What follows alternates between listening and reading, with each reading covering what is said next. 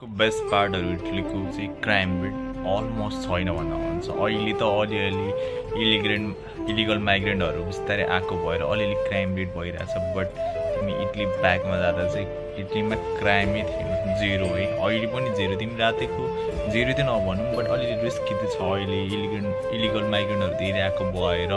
So अलिकति safety चाहिँ अलिकति कुनै सिटीमा चाहिँ छ, लाइक नेपल्स अलि डेन्जर छ भन्छ है। बट अहिले पनि तिमी रातिको 10, 11, 12, 1, 2 जति बजे हिँड एकदम सेफ्टी है, तिमी सेफ हुन्छौ, तिमीलाई कसैले केही पनि गर्दैन। सो क्राइम चाहिँ छैन है। र रातिको तिमी 12, 1, 2 जति बजे हिँड तिमी ट्रान्सपोर्टेसन पाउँछौ।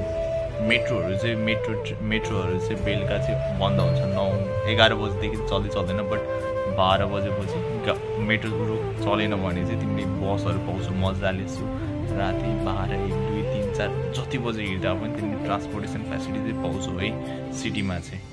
अनि त्यसपछि क्राइम रेट छैन। सो तिमी एकदमै सेफ छौ है इटलीमा चाहिँ, एउटा प्लस पोइन्ट चाहिँ।